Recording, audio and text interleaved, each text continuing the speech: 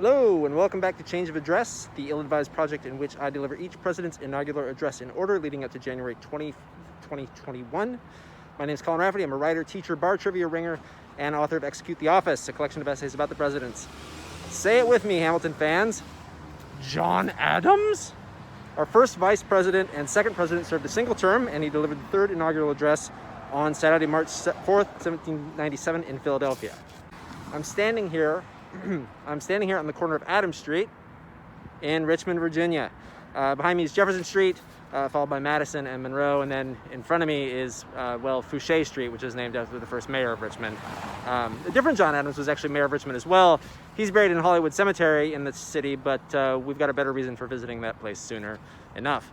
So, John Adams, our most Paul Giamatti-looking president, faced a difficult challenge when taking to the office. Namely, could he keep together a country without being George Washington? You'll hear in his address the attempt to do so. When it was first perceived, in early times, that no middle course for America remained between unlimited submission to a foreign legislature and a total independence of its claims, men of reflection were less apprehensive of danger from the formidable power of fleets and armies they must determine to resist than from those contests and dissensions which would certainly arise concerning the forms of government to be instituted over the whole and over the parts of this extensive country. Relying, however, on the purity of their intentions, the justice of their cause, and the integrity and intelligence of the people, under an overruling providence which had so signally protected this country from the first, the representatives of this nation, then consisting of little more than half its present number, not only broke to pieces the chains which were forging and the rod of iron that was lifted up, but frankly cut asunder the ties which had bound them and launched into an ocean of uncertainty. The zeal and ardor of the people during the Revolutionary War, supplying the place of government, commanded a degree of order sufficient at least for the temporary preservation of society. The Confederation, which was early felt to be necessary, was prepared from the models of the Batavian and Helvetic confederacies, the only examples which remain with any detail and precision in history, and certainly the only ones which the people at large had ever considered. But reflecting on the striking difference in so many particulars between this country and those where a courier may go from the seat of government to the frontier in a single day, it was then certainly foreseen by some who assisted in Congress at the formation of it that it could not be durable. Negligence of its regulations, inattention to its recommendations, if not disobedience to its authority, not only in individuals but in states, soon appeared with their melancholy consequences: universal languor, jealousies and rivalries of states, decline of navigation and commerce, discouragement of necessary manufactures, universal fall in the value of lands and their produce, contempt of public and private faith, loss of consideration and credit with foreign nations, and at length in discontent, animosity, combinations, partial conventions, and insurrection, threatening some great national calamity. In this dangerous crisis, the people of America were not abandoned by their usual good sense, presence of mind, resolution, or integrity. Measures were pursued to concert a plan to form a more perfect union, establish justice, ensure domestic tranquility, provide for the common defense, promote the general welfare, and secure the blessings of liberty. The public disquisitions, discussions, and deliberations issued in the present happy constitution of government. Employed in the service of my country abroad during the whole course of these transactions, I first saw the Constitution of the United States in a foreign country.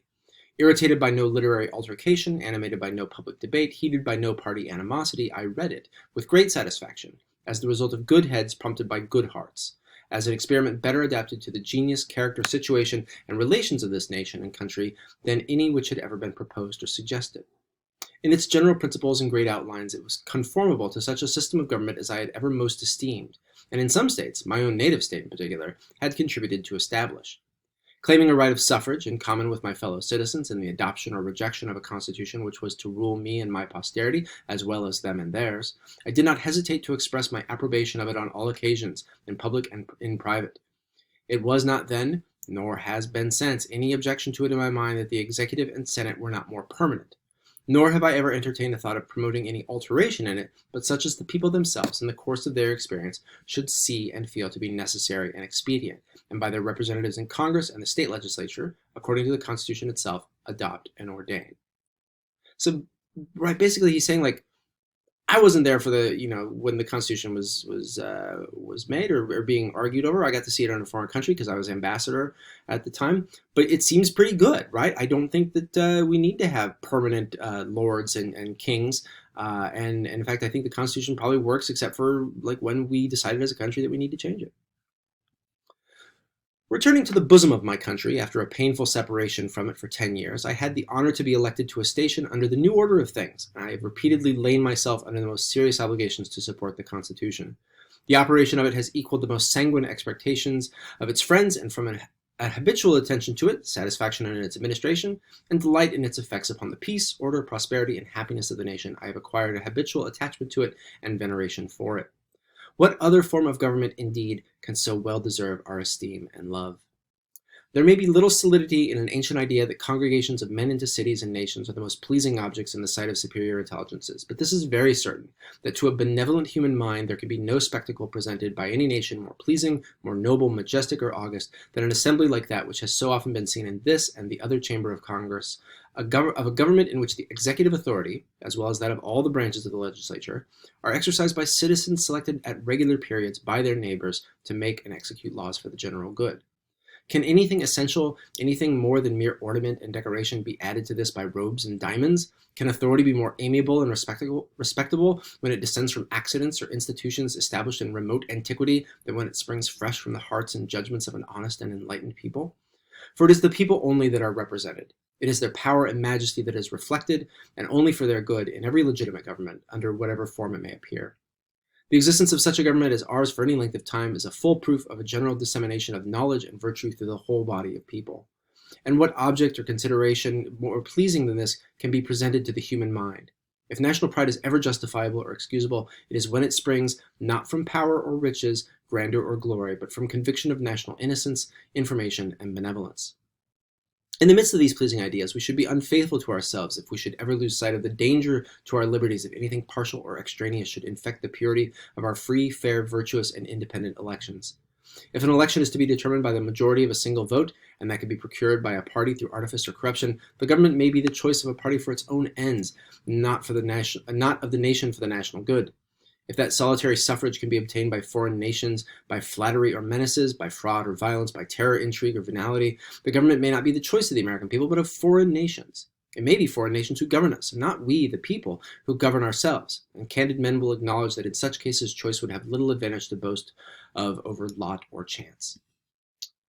Such is the amiable and interesting system of government, and such are some of the abuses to which it may be exposed, which the people of America have exhibited to the admiration and anxiety of the wise and virtuous of all nations for 8 years under the administration of a citizen who, by a long course of great actions, regulated by prudence, justice, temperament, and fortitude, conducting a people inspired with the same virtues and animated with the same ardent patriotism and love of liberty to independence and peace, to increasing wealth and unexampled prosperity, has merited the gratitude of his fellow citizens, commanded the highest praise of foreign nations, and secured immortal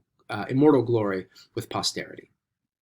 In that retirement which is his voluntary choice, may he long live to enjoy the delicious recollection of his services, the gratitude of mankind, the happy fruits of them to himself and the world, which are daily increasing, and that splendid prospect of the future fortunes of this country which is opening from year to year. His name may still be a rampart, and the knowledge that he lives a bulwark against all open or secret enemies of his country's peace. This example has been recommended to the imitation of his successors by both houses of Congress and by the voice of the legislatures and the people throughout the nation. On this subject, it might become me better to be silent or to speak with diffidence, but as something may be expected, the occasion, I hope, will be admitted as an apology if I venture to say that if a preference upon principle of a free republican government, formed upon long and serious reflection, after a diligent and impartial inquiry after truth, if an attachment to the Constitution of the United States and a conscientious determination to support it until it shall be altered by the judgments and wishes of the people expressed in the mode prescribed in it, if a respectful attention to the constitutions of the individual states, and a constant caution and delicacy toward the state governments, if an equal and impartial regard to the rights, interest, honor, and happiness of all the states in the Union, without preference or regard to a northern or southern, an eastern or western position. Remember that, like, Ohio is the West right now. Their various political opinions on unessential points or their personal attachments, if a love of virtuous men of all parties and denominations, if a love of science and letters and a wish to patronize every rational effort to encourage schools, colleges, universities, academies, and every institution for propagating knowledge, virtue, and religion among all classes of the people, not only for their benign influence on the happiness of life in all its stages and classes, and of society in all its forms, but as the only means of preserving our Constitution from its natural enemies, the spirit of sophistry, the spirit of party, the spirit of intrigue, the profligacy of corruption, and the pestilence of foreign influence, which is the angel of destruction to elective governments. if a love of equal laws, of justice, of humanity in the interior administration, if an inclination to improve agriculture, commerce, and manufactures for necessity, convenience, and defense, if a spirit of equity and humanity towards the aboriginal nations of America, and a disposition to ameliorate their condition by inclining them to be more friendly to us, and our citizens to be more friendly to them, if an inflexible determination to maintain peace and inviolable faith with all nations, and that system of neutrality and impartiality among the belligerent powers of Europe which has been adopted by this government and so solemnly sanctioned by both houses of Congress and applauded by the legislatures of the state and the public opinion until it shall be otherwise ordained by Congress, if a personal esteem for the French nation formed in a residence of 7 years chiefly among them, and a sincere desire to preserve the friendship which has been so much for the honor and interest of both nations, if, while the conscious honor and the integrity of the people of America and their internal sentiment of their own power and energies must be preserved, and an earnest endeavor to investigate every just cause and remove every colorable pretense of complaint,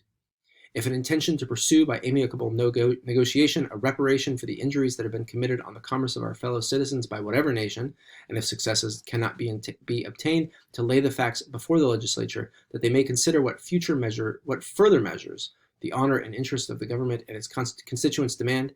if a resolution to do justice as far as may depend upon me at all times and to all nations, and maintain peace, friendship, and benevolence with all the world,